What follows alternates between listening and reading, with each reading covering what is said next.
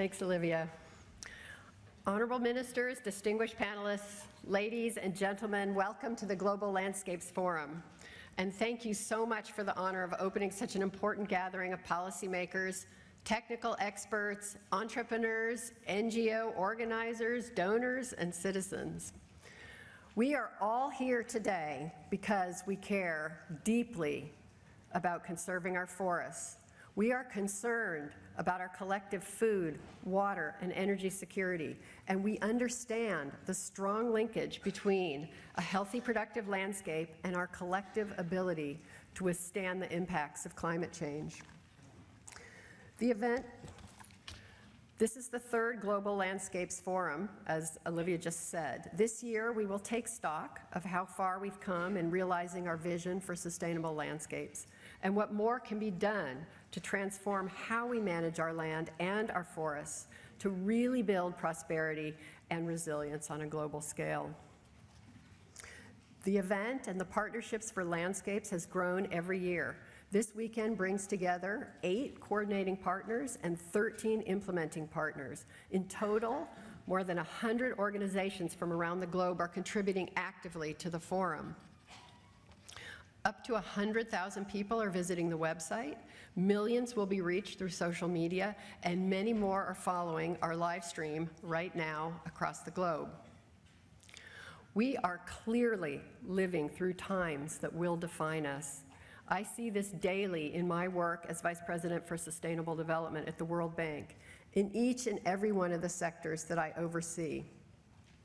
The investment choices we make today are going to define the outcomes we have in 20 years. A recent World Bank study has shown that climate change could push into poverty more than 100 million people by 2030 if we don't act quickly and strategically to support climate-smart development across all the sectors. And we cannot postpone acting on adaptation any longer. The time has come when we cannot put off making decisions that factor future climate effects into our policies and our investment choices. This year, we have seen new climate records being set and natural disasters clearly showing us the increasing consequences of climate change for people and for economies. 2015 is set to be the hottest year on record, and El Niño is already starting to wreak its expected havoc with abnormal rain patterns in many regions across the world. We're seeing everyday headline news about the droughts and floods that are threatening hard-earned development gains. We are also keenly aware of the massive increase in migration and refugee flows, and of course, these are exacerbated when degraded land can't sustain livelihoods, any jobs any longer. Everyone here at COP21 knows that this is just the beginning. What we're seeing today is what life on Earth looks like with a 1-degree increase in average temperature since pre-industrial times. And we're all here because we know it's time to start preparing for an increase of 2 or even 3 degrees now. And there's so many things that need to be done. But one at the top of the list is the support to and investment in sustainable landscapes. As I look around the audience today, I am really happy to see so many of the key players who've had an impact on land use management. And I want to thank the many partners of the Global Landscapes Forum and our host, the French government, for bringing us together. I especially want to thank the funding partners that have made this possible: UK Aid, the Australian Department of the Environment, US Aid, the CGIAR Program for Forest, Trees and Agroforestry, and Credit Suisse. We should also thank the South Pole Group, which is helping us in offsetting our carbon footprint by investing in a landscape restoration project in Ghana. At the World Bank, we have been working at the landscape level for over 2 decades, and we welcome the momentum that we see in this area as countries share their national plans for climate action and prepare to implement the ambitious Sustainable Development Goals, each in their own way. Working across sectors at the landscape level is going to be critical for us to deliver so many of the solutions we need for our most pressing challenges. We need to work across sectors to find synergies so the best use can be made of the scarce resources, land, forests, and water. Today, 78% of the world's people the world's poor, live in rural areas, and preserving and restoring the health and protective potential of natural assets is key to deliver both jobs and resource security. We know, everyone in this room knows, that integrating trees into agricultural landscapes boosts yields and reduces vulnerability to droughts.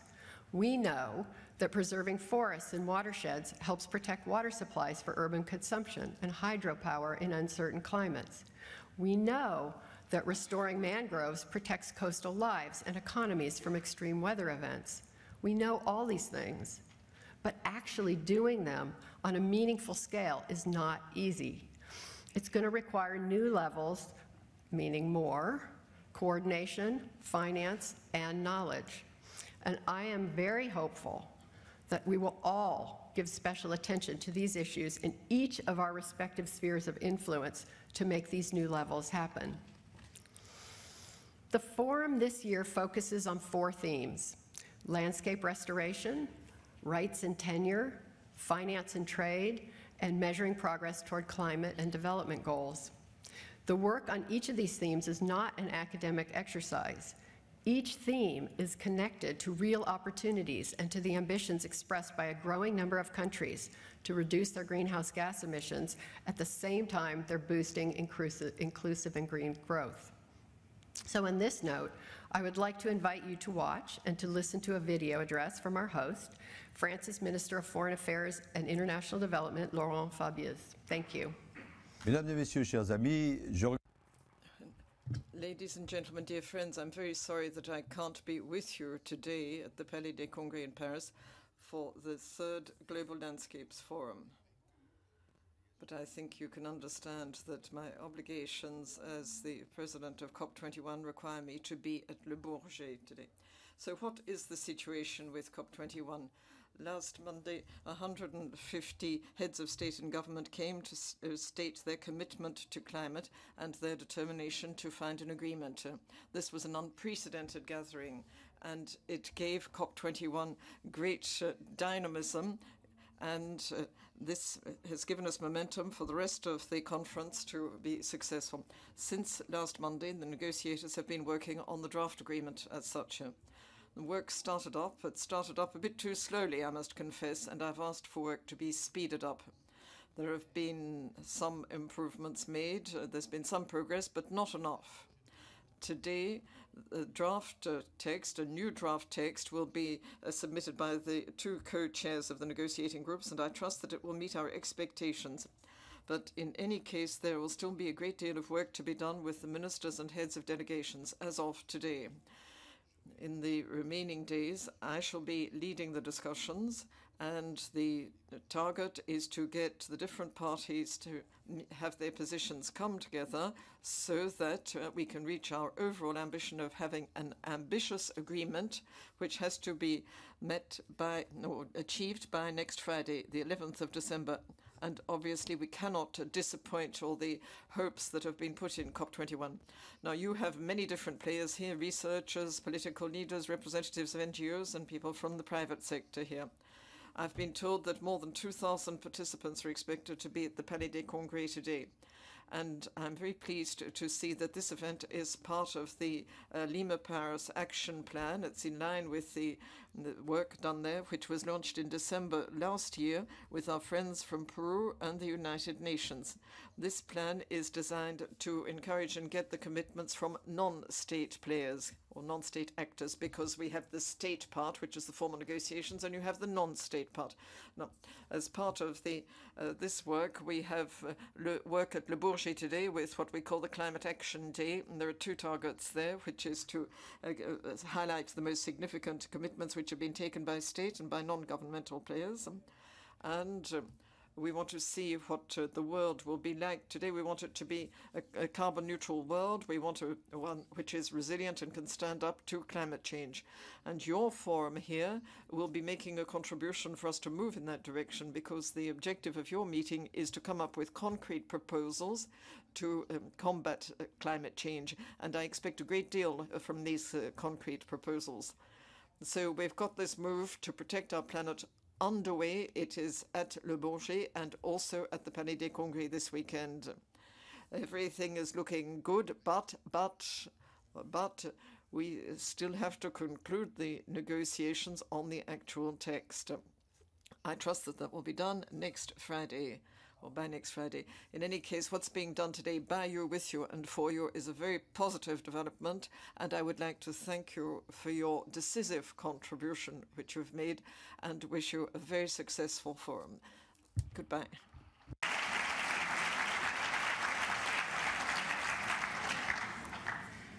I would now like to introduce our wonderful moderator for this session, a prolific journalist who writes and speaks widely about global forest issues. Please join me in welcoming the Washington correspondent for The Economist, James Astill.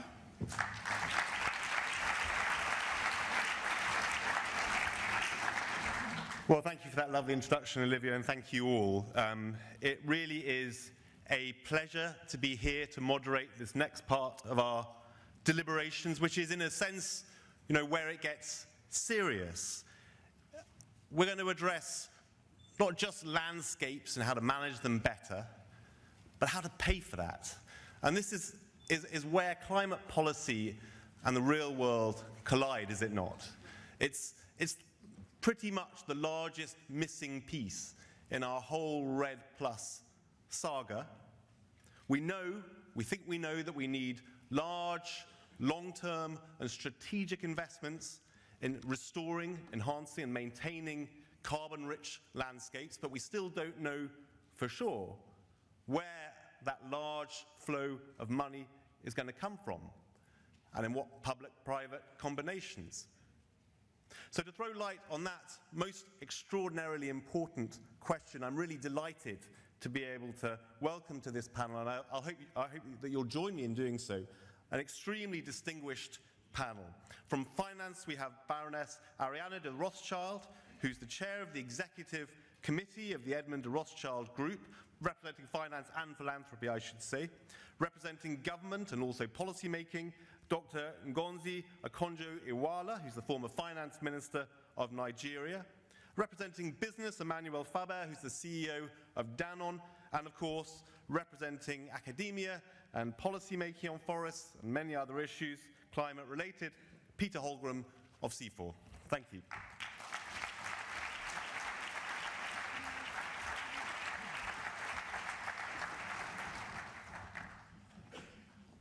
Peter. Emmanuel.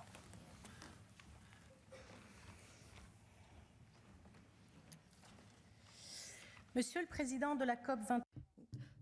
The President of COP21, Madam Vice President of the World Bank, dear friends, it is a great privilege for me to speak to you today, and speaking to you in the auditorium here, or those who are following us at this historic time, as we're halfway through the 21st United Nations Framework Conference on Climate Change. I am very proud to be representative here as part of this panel, together with Emmanuel Faber, representing the private sector. I see this as recognition of the work which our group has been doing and the Rothschild group has been doing for decades to protect the resources of our climate and to combat climate change. I expect the conference in Paris to produce a global agreement to restrict climate change to a maximum of 2-degree increase and to provide the poorest and the most exposed countries the wherewithal to combat climate change. I know this is a great challenge, but it's up to the international community and the states to provide the cooperative and regulatory framework to organize the response to the challenge of climate change. We, as private players, must see these restrictions turned into opportunities, to see dead ends become ways to open up, to see words become action. My family and my group have decided to carry out this work and have done so for a long time now. With the answers that we can provide to challenges to climate change, we can see that the private sector must be the key player. Our commitment is a long-term commitment. Through our personal actions, the initiatives which have been made by our financial group and our philanthropic organization are pursuing the same objectives. We want to make sure that we can have sustainable development so that we can promote progress of society and provide success for future generations. We are working in 3 different fields.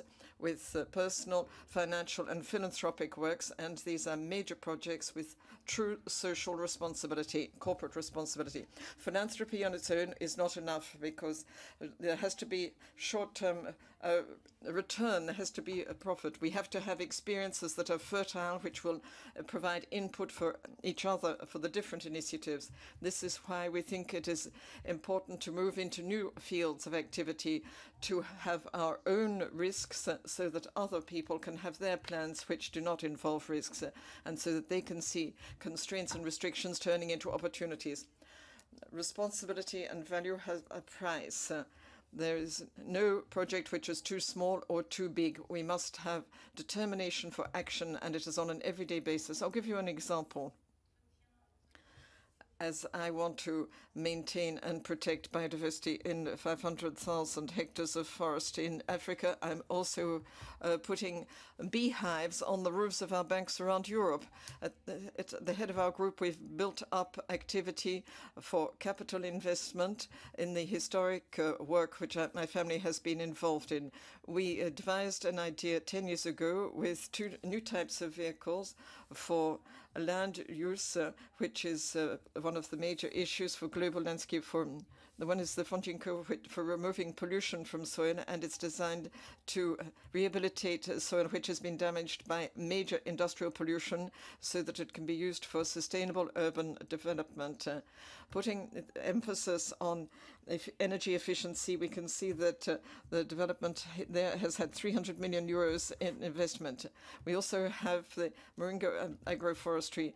We have been working on this long since the last meeting in Copenhagen. We were working on deforestation, which is so important to stop climate change, which is 20% attributable to deforestation. And we saw that this could not just be done through state subsidies, because they are going down, and cannot just be done by philanthropy either. You have to see a number of sustainable projects which are long-term and profitable. These projects offer local communities an outgrowing cooperative approach and gives them the tools for their own development. Moringa has been investing in Africa and South America in cooperative agriculture, forestry, and silver and pastoral projects. And all the small owners, small farmers have been involved in it. This has helped reduce CO2 emissions and has helped combat poverty with better production levels with traditional farming, and doing that to the benefit of the local communities. Moringa is now being deployed and has 80 million euros budget provided for it, and that is a lot in that category, but of course it's not enough given what is at stake. Our objective is to make the first step forward, to test solutions and then expand on them. This fund has provided action, and we want to set up a virtuous circle with sustainable development, social development, and economic development. This means that we have to have a long-term vision looking over a 10 to 20 year time period so that we can have proper impact and a return on the investment. This is a major challenge because this timeline is a long timeline for an investor. But even though the risks are high, it is our responsibility. It is our responsibility for all of us. Technological breakthroughs have seen change going faster and faster, and we can see this with different sectors, but everything has become global. As things come together in the world, the effects of our actions, or the effects of our lack of action, can be seen immediately. We have a great hope for society around the world because we can now look at what is vital and work together so that we can take in negative externalities and make sure that our objectives converge. With such convergence, we will be able to have access to best practices regardless of the sector, and to get the best benefit from innovation as quickly as possible. In a converging world, sustainable development is a key. Of course, companies and institutions funding development have to ensure that the investments they carry out include environmentally, social and governance criteria which are sound. The group is has seen support for the Montreal Carbon Pledge and the United Nations support for such sustainable development, and we're working through this with conviction. But given the climate change challenges, we have to change scale. Nothing can be done if we don't have public and private efforts pooled together to work together. Public-private partnerships exist in a number of sectors, and my group has some in Europe, Asia, and Africa, but we need to encourage more of these. To make sure that these are financially viable and to make sure there are more of them.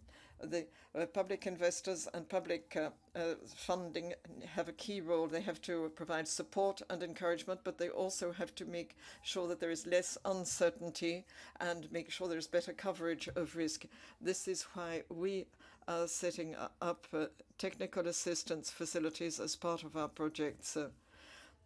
Private initiatives alone cannot do everything, given the challenge is considered to be $5,000 billion a year in investment if we're going to have green growth over the years to come. For our part, we are working in close collaboration with a number of public institutions. The international, for example, with the World Environment Fund, the African Development Bank, European institutions such as the European Investment Bank, and of course there are French organizations such as the Caisse des Dépôts and others. But there are not enough public-private partnerships. We must have proper cooperation between the private sector and major public institutions, whether these are multilateral development banks, multilateral investment banks, state agencies, or even local executives. These have to be built up. We can then get a leverage effect, particularly as the seed money and venture capital need to be provided at the level to be taken up for the challenge. The challenge of climate change must put an end to sterile debate between the North and the South. Developed countries have historic responsibility and they cannot turn their back on it. Emerging countries and developing countries will see that they win the challenge or lose the challenge, but they have to have the right conditions for a stable approach to climate.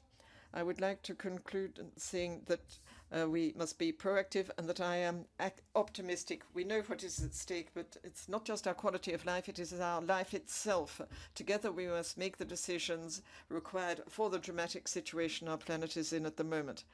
Today, I would like to call on everybody to rally to the cause so that we can be determined, courageous, and work in a spirit of cooperation. Everyone must make a move towards the others involved. Thank you very much. Well, thank you very much indeed, Baroness. I probably should have said a word on format at the very beginning. What we will do is have those brief, those were slightly longer than brief, but nonetheless illuminating words from each of our four panelists, and then I have a bit of time for discussion. Dr. Ngozi, do you want to step up and give us your pennieth, please? And if I could ask the remaining panelists to try to keep things as close to 5 or 6 minutes, I would be most obliged. Thank you.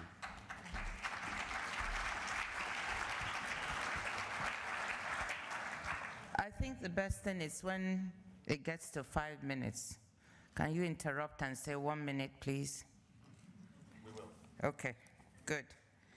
Well, Excellencies, ladies and gentlemen, it's a pleasure to address this very large forum of special importance to developing countries.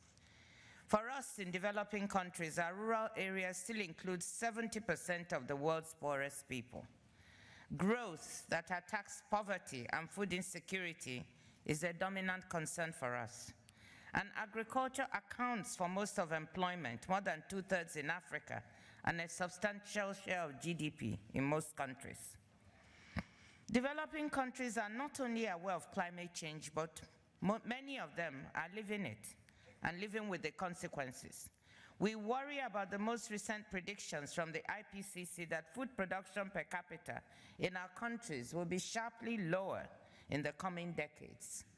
Most have put increasing food productivity and increasing the resilience of our rural livelihoods at the top of our policy agenda. Yet, land use is so vital to addressing climate change. The Global Commission on the Economy and Climate, of which I'm a member, has featured land use issues in the new Climate Economy Project. it finds that land use interventions can produce from 15 to 35% of the needed mitigation to get the world back to a 2°C climate pathway by 2030. It also shows this pathway to be unlikely without a big contribution from these interventions in developing countries. This forum addresses the main need for going forward, a stronger consensus that landscape restoration is critical to achieving a vital triple win for development and climate, increasing rural productivity, resilience, and mitigation simultaneously. According to the FAO, a staggering third of all agricultural landscapes are now degraded, mostly in developing countries. Worse still, 12 million hectares net are being added each year to that total. Degraded landscapes threaten the ability of countries to provide stable livelihoods to rural people. One more minute. Solutions need to come from those directly involved. And commitment to change is growing. 35 African countries submitted INDCs that mention land use interventions. Most of these expect benefits such as higher yields, reduced erosion, and less loss of productive land. 13 have detailed quantitative targets for emissions reduction through land use interventions that will lead to 1.2 gigaton of CO2 emissions in reduced emissions over the next 10 years, an amount equivalent to more than 1/3 of Africa's current total annual emissions. But developing countries still need help from others to deliver. A working paper released today by the New Climate Economy Project finds that $250 billion per year is needed for funding landscape conservation and restoration in developing countries. In fact, only $25 billion a year is invested in this way, and 60% of this, 60% is from domestic budgets. The balance of US $10 billion from external resources is public foreign assistance, offsets, and philanthropy. So, how can we solve this problem and pay for this? And I'm running to my conclusion. Part of the answer has to be to leverage more private investment. Where public and private work together, the agricultural and forestry incomes generated can go a long way towards paying for required investments in the resilience of agriculture, in restoring landscapes, and most importantly, in getting local populations to become part of the solution. The good news is that there is more than 100 trillion in private investment capital around, and interest rates are very low. But the bad news is that landscape investments in developing countries are inherently risky.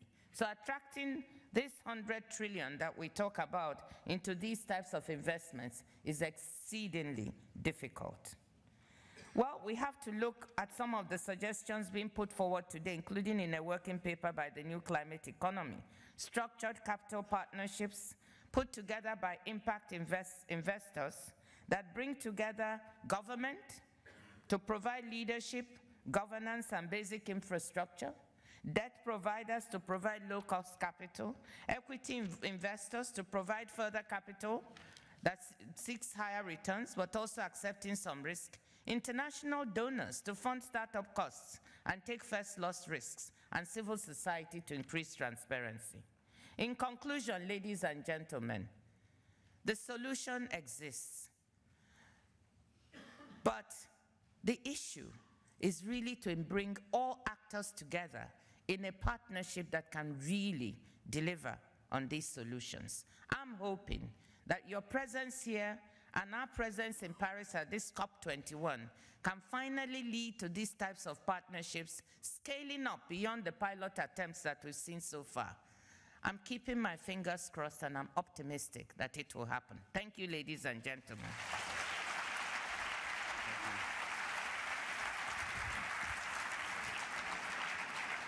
Well, thank you very much indeed, Dr. Ngozi. It's very difficult for we sort of humble moderators and timekeepers to try to discipline and correct these very eminent figures. So when we try to bully them and they bully us back, as I think just happened then, it makes life so much easier. Thank you very much for that, Doctor. Emmanuel Fabius from Danone.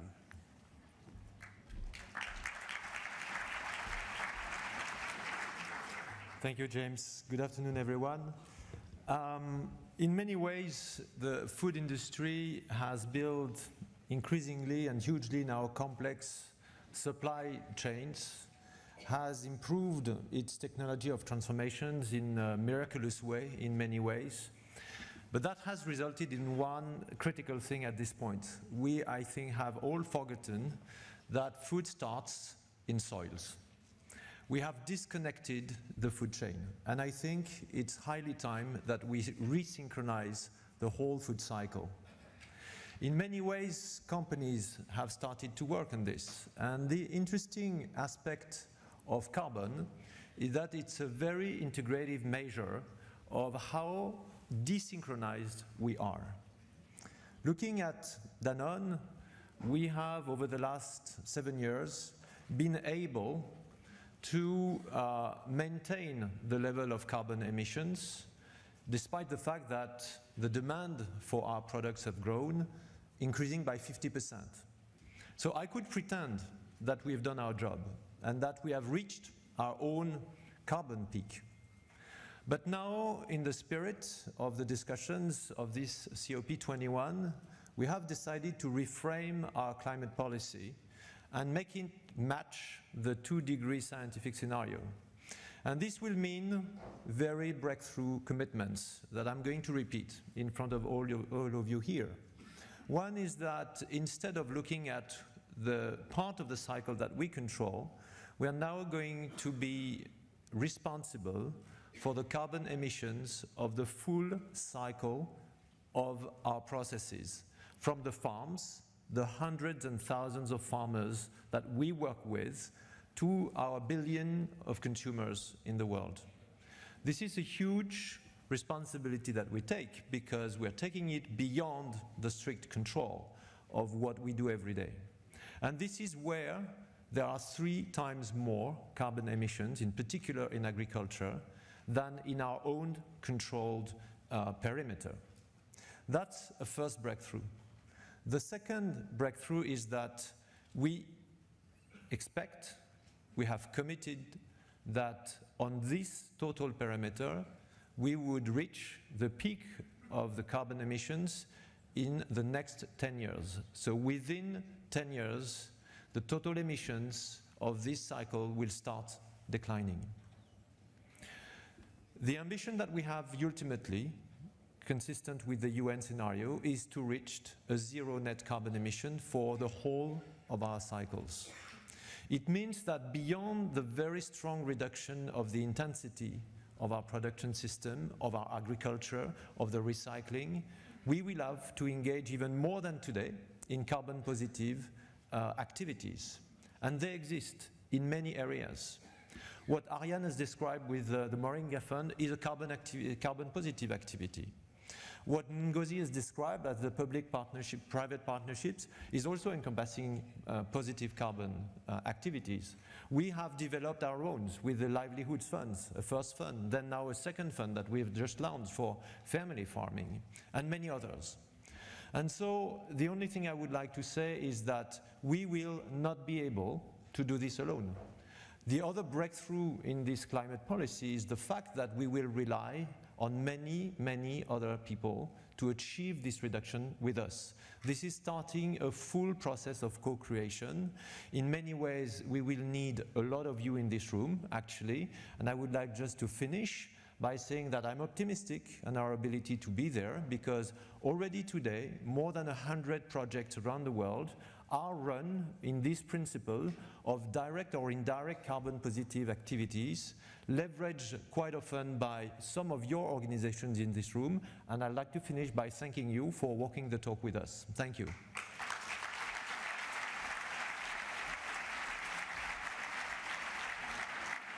Thank you very much, Emmanuel. So if we get this right, there should be a large appetite for offsets, I suppose. Peter.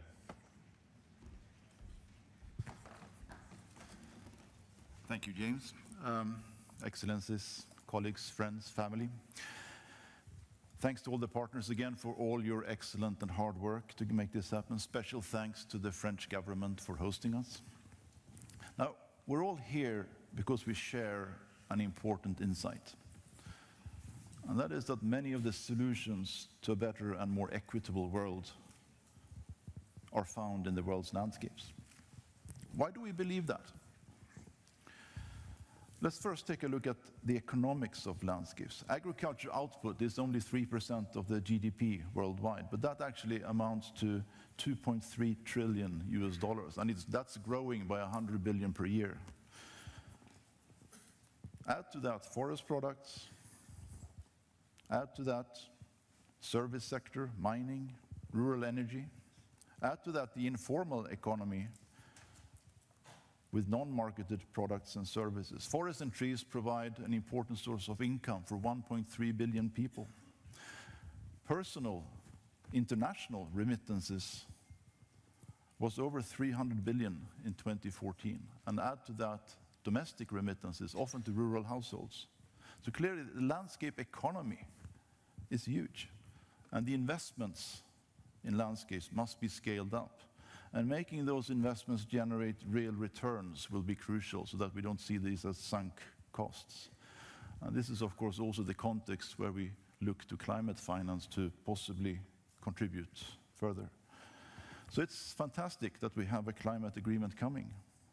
Landscapes are, of course, at the center of a new climate agreement. 1/3 of the emissions and enormous adaptation needs. And we're close now. We should be very grateful to the global leaders for their political courage. Especially as landscapes are essential for achieving each and every of the 17 Sustainable Development Goals that were agreed a few months ago. Poverty, food security, decent jobs, energy, water, equity, ecosystems, they all depend on how we realize opportunities in the world's landscapes. It's all about integration across these goals. It's all about working across institutional and geographical boundaries. It's all about the values that we attribute to landscapes. And let me quote from His Holiness Pope Francis' recent encyclical letter on care for our common home.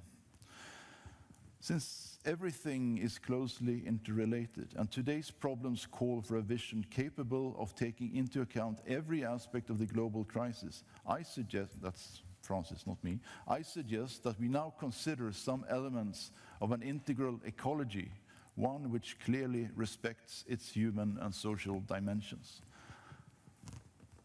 Landscapes are about people and their diversity of aspirations and goals. Ownership of solutions, local accountability, modesty, respecting nature and each other, making progress, caring for the future. So we all agree that landscapes are about integrated solutions. We need to take that to heart. Talk about what are those values beyond the economics and beyond fixing the climate. We must include non-monetized values of nature, ecosystems, and life. We need to include spiritual, faith, cultural, social, and family values, which confirms the very basics of the landscape approach, to find good solutions, respecting diversity of values and priorities, considering all benefits of the landscape, economic, ecological, atmospherical, environmental services, as well as livelihood, social, and cultural. It is complex. But our future is worth the effort to truly consider all those values that our landscapes bring. Now, how can we at the Global Landscapes Forum take that forward? We can make landscape approach a bridge to holistic solutions. We can provide a spotlight on local opportunities. We can help with the methods, that is how to work both theoretically and practically with all those different values. We can advance awareness and dialogue everywhere. We can provide a platform for advancing initiatives, and many of them are happening in these 2 days, relating to investments, to legislation, to capacity development. And most of all, of course, we need to promote science and research that provide such a huge part of the solutions. So it's great to see all of you here. I leave you with one final thought, an old Greek proverb, a perspective of values and time that we foresters certainly appreciate. And it goes like this. Society grows great when old women and men plant trees in whose shade they know they shall never sit. Thank you.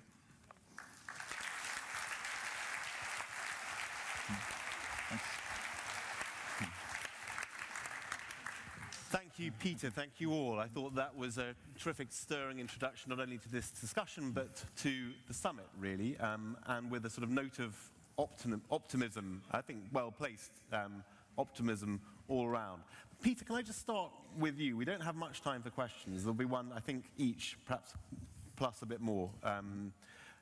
Peter, when I sort of first started getting really interested in forests half a dozen years ago, you would never hear the word landscapes in conferences. Now you hear it all the time.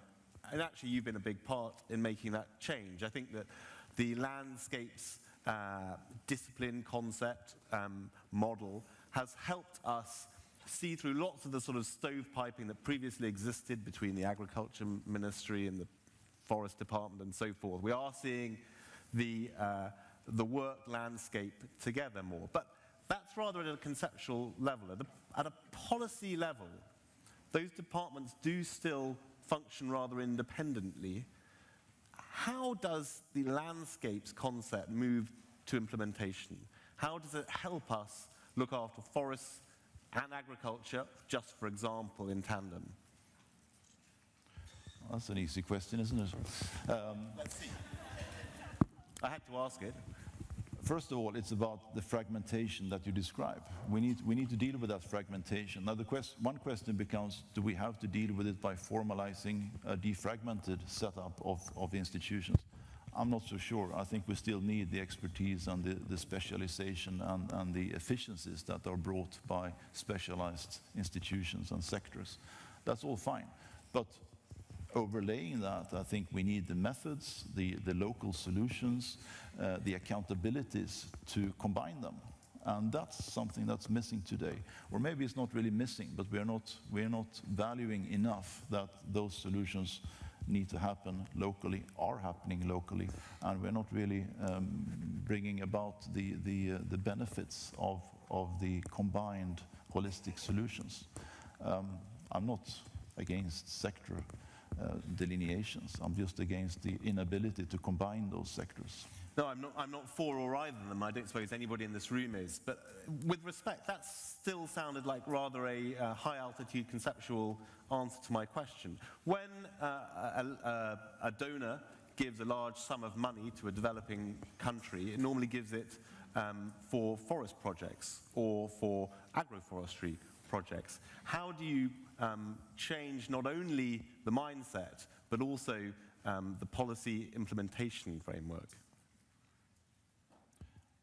I'm not going to solve that in 20 seconds here, but those investments are, of course, fine if they take the bigger picture into account.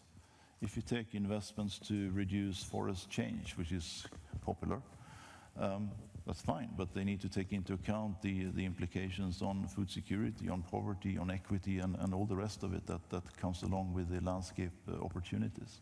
So everybody in all investments need that holistic perspective. But with respect, and I will finish this now, we must all agree with you because what you're saying makes eminent sense. But is that actually happening? Is that a prescription for an ideal world, or do you think that academia's new conceptual way of thinking about agro and forestry is actually changing the way that policymakers conceive and implement policy? Well, it's easy to say yes then. No, I think we are. I mean, this is evidence that we are thinking along new pathways and that we are ready to take on the complexities of combined solutions. That's what it's all about. Yeah, well, thank you very much for that. Emmanuel, I have a question for you, but did you want to comment on that? I'd love to, please, yes. Because to complement what Peter's just said, I think that one thing that is really changing the landscape now on these issues is carbon finance. Because carbon finance is creating a mechanism where local actors can have a very concrete incentive to sequestrate carbon through agroforestry, replantations, change in the agricultural practices and everything, which creates economic value, financial value, social value, environmental value. And that is changing. I think it will change the whole landscape of official development assistance, from sovereign relationship, bilateral or multilateral relationship, into hopefully more and more aggregations of change makers at the local level. What we need, and the projects I think that will work and will be carbon positive, will be projects which will be led by the communities themselves, social entrepreneurs, self-help groups, which can be financed by mechanisms such as carbon credits. And so this is just to give an example. We are using this example in many ways. I know some of us are doing that in others, which is very powerful to empower local people with money that did not exist, because we are valuing the positive externality of sequestrating carbon. Okay, thank you for that. While we have you, let me follow up with a question that I wanted to ask. So you've made a very strong and laudable commitment to watch the emissions, do mitigation across not only your company efforts but your supply chain. Can you just tell me a little bit about the policy context in which you're making that commitment? Because of course I immediately start thinking about the cost to you and whether you can remain competitive in the absence of regulation that forces you to take those steps. So are you making that commitment in expectation of regulation, or can you do it without regulation? And if so, how on earth can you remain competitive in that scenario? Well, I think in many ways we are facing, as an industry, more or less the end of the model that I was describing. I think the model of very sophisticated supply chains, low transparency overall because it's so complex and you can't trace at the end of the day. There is a growing request from consumers to understand better what they ultimately are using as food, which is growing, and that's a fact, with or without regulation. I think there is also a very clear reality of scarcity of resources. You start to have scarcity of water. Scarcity of water means scarcity of food in many ways, whether it is transformed or whether it is homemade. You can see the volatility of raw material prices, which is huge and has been incredible since now 5 or 6 years. And so I think this big model that has supplied a very large number of calories has probably ended in many ways hunger in many places, but far from everywhere. I think this model needs to be reinvented, with or without the constraint or the incentives, because carbon is an incentive, carbon finance is an incentive of that. So when we do this, I think we are simply investing.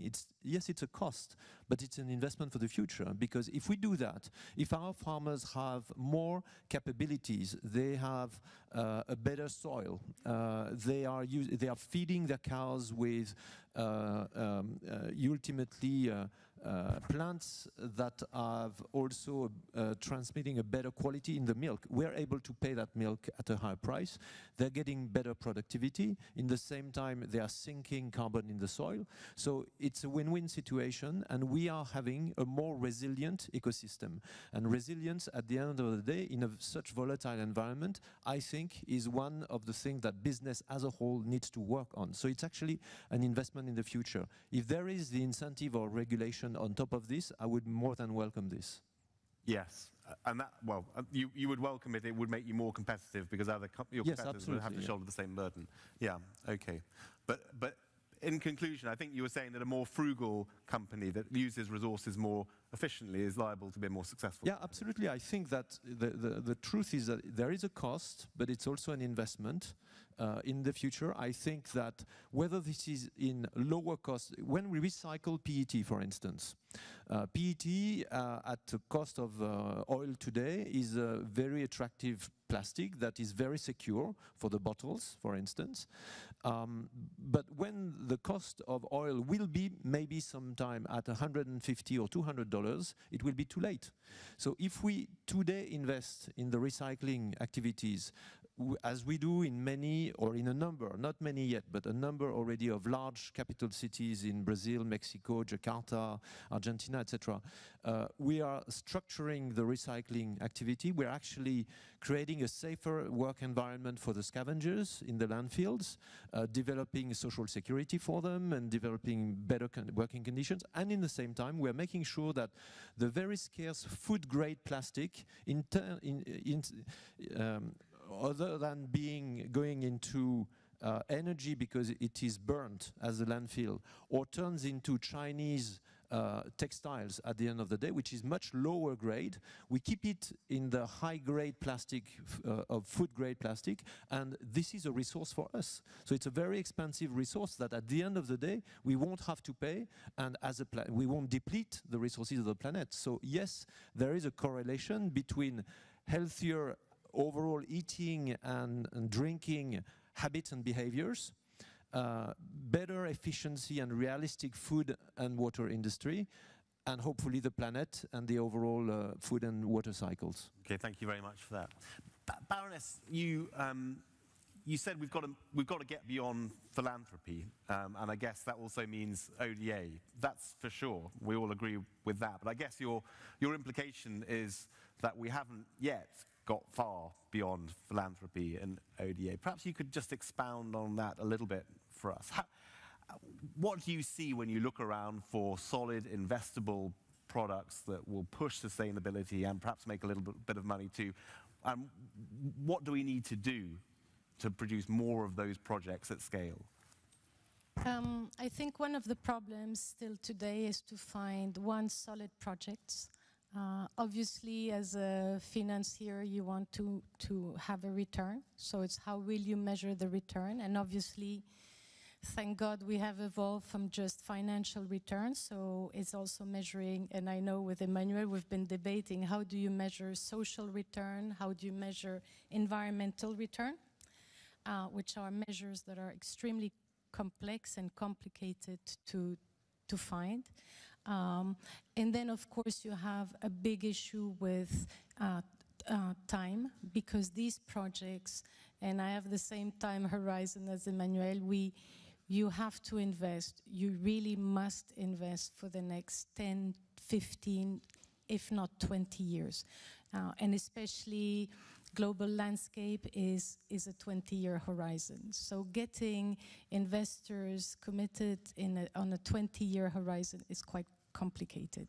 And then again, you know, finding projects where you feel comfortable for the next 20 years are scarce. And I guess it's part of our role is trying to structure. I guess in the life of a forest, 20 years is not such a long time. So that's one of the big challenges, and that's why typically what you were debating earlier, we moved from a single, for example, from just forestry to agroforestry, which financially makes sense because you can combine a short-term return, especially locally, and a longer-term return with forestry. I think the financial world still is getting used to these types of projects. The difficulty is identifying projects that are solid, investable, but also in stirring up enough appetite in investors to keep their money in those projects for the long term. In that context, how does the landscapes approach the need for coordination across governments help, do you think? So I think one of the key elements is stability, because especially when you're investing abroad, for a lot of investors, they want stability, they want continuity. Those are key elements. And then, of course, I think PPPs are very attractive because, one, it's securing different sources of investments. I work on it a lot because I think they are a source of, again, stability, and investors always look to de-risk.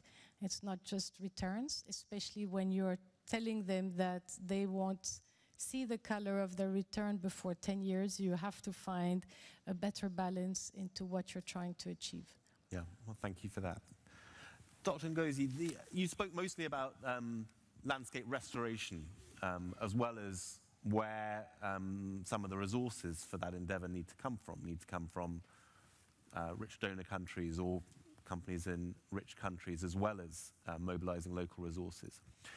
One thought that occurred to me is that restoration is not only what we need to do, we also need to conserve standing carbon-rich old-growth forest, of which Nigeria, just for example, has some in abundance.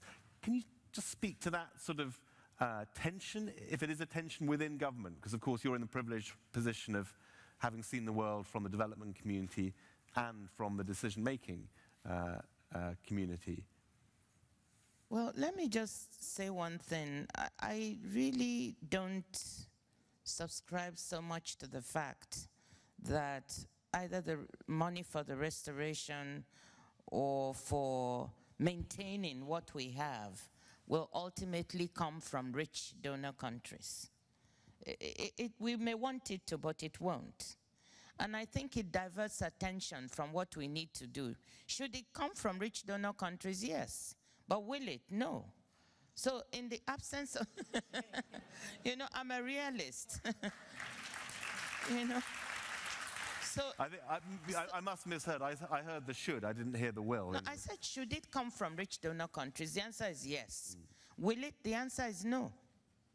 And so if that is going to be the case, what do we do to look at where the money is actually coming from now and enhance that, and then use that to leverage the other resources that are available around the world? If you look at the work done by the New Climate Economy, it says we need, just on restoration, I'm coming back to maintenance, $250 billion a year to restore the degraded landscapes. We are spending 1/10 of that. But of the 1/10 we spend, 60% comes from the domestic resources of the developing countries themselves. And most people do not know that even in Africa, only 12 countries are receiving aid that is more than 40% of their budget. What does all this say? It means that countries are really financing their own development, and that's the way it should be. So if we want to maintain this, we need to now look at those countries and say, how can we assist you to raise more of your own domestic resources? What is missing in that equation in terms of tax administration, tax policy, in terms of illicit flows, all those resources that if 50 billion is leaving Africa in terms of illicit flows, the African countries need to act, yes. But the countries outside also need to act. If you kept that 50 billion, some of that money we are talking about could then go to issues like this. So that is what I mean by, now if we get the domestic resources, we can now say, how do we leverage it using the models that Ariane talked about to get more private resources into this? But, you know, we talk about these innovative financing mechanisms and so, but the key issue is risk. And the international community is not coming together yet to say, what are the de-risking mechanisms that we can put together that will enable these domestic resources to leverage the trillions that are sloshing around? So that's where the frustration of someone like myself comes. This is not an insoluble problem.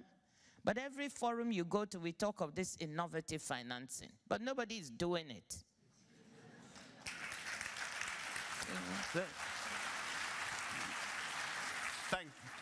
Thank you again for that. But I'll just bring you back to my question, if you'll permit me. I answered the question I wanted.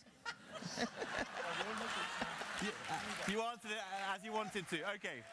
Well, then I'll give you another opportunity to say that you don't know the answer. No. You said, what is the tension between the restoration versus maintaining what we have? We know that as far as forest carbon goes, we need to, as a matter of priority, conserve what's already there, as well as improve what's been degraded. Right. Politicians, especially politicians with limited resources, which they worry about mobilizing in the way that you suggest, worry about people. They don't worry about standing trees.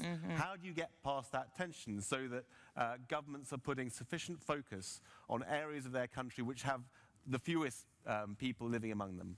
No, I think it's a real problem. And immersed in that is the fact that exploitation of some of these resources benefit certain populations to the detriment of others.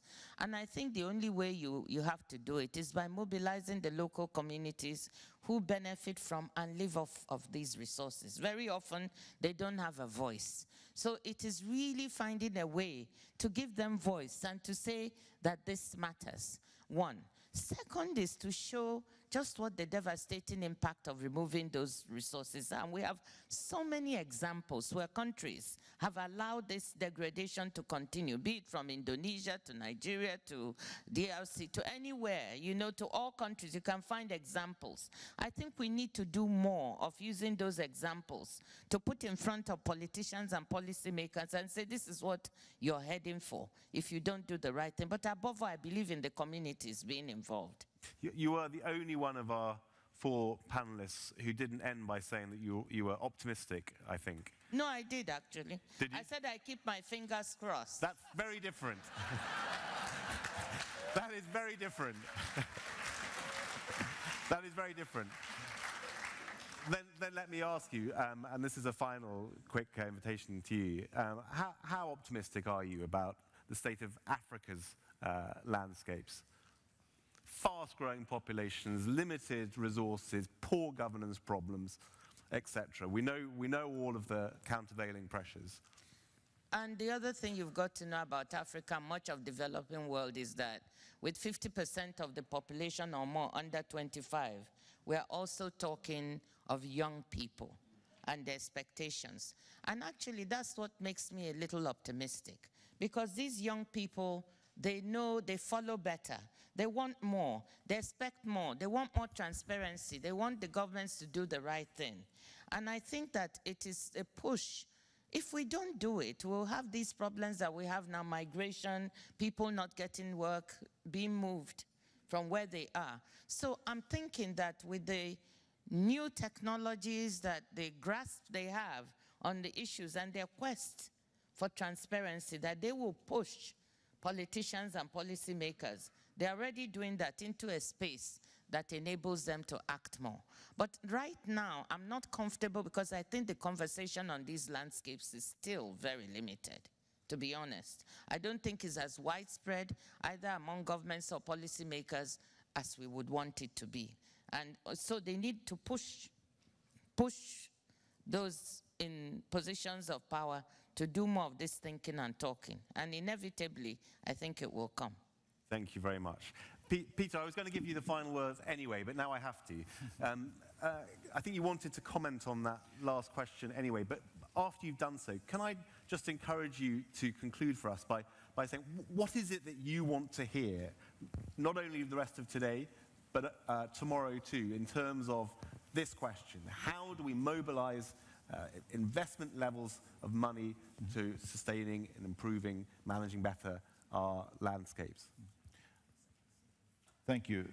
The comment I had was that we seem to look at investments in a fairly top-down manner, as if it is something that's designed somewhere centrally and then applied. The investments are obviously made by the local stakeholders themselves, and they are the ones taking the risks. And I think we need to take that perspective into the first account, and also in that context ask ourselves, how important does then climate finance become? Because that's an open question, let's say. And on your question on what should we do, I think we should think both bigger and smaller. I think we should think smaller in the sense of what I just said, that the investments and the risks are really among smallholders. It's not about designing a mega fund somewhere that will magically transform everything that is done on the ground. We have to think smaller in the sense of looking at the real investors and the real risk takers. But we also need to think bigger, because most of the initiatives that we talk about in terms of finance and investments, they may sound big. $100 billion per year may sound big, but is it really? Many of the innovative financing that was mentioned are very well intended, but are they scalable? Are they scalable to the type of scale that we really need? That is to provide 500 million smallholders access to affordable and long-term capital in a way that supports the sustainable development that we all need. So we need to think both bigger and smaller. Okay, thank you very much for that, and questions there too.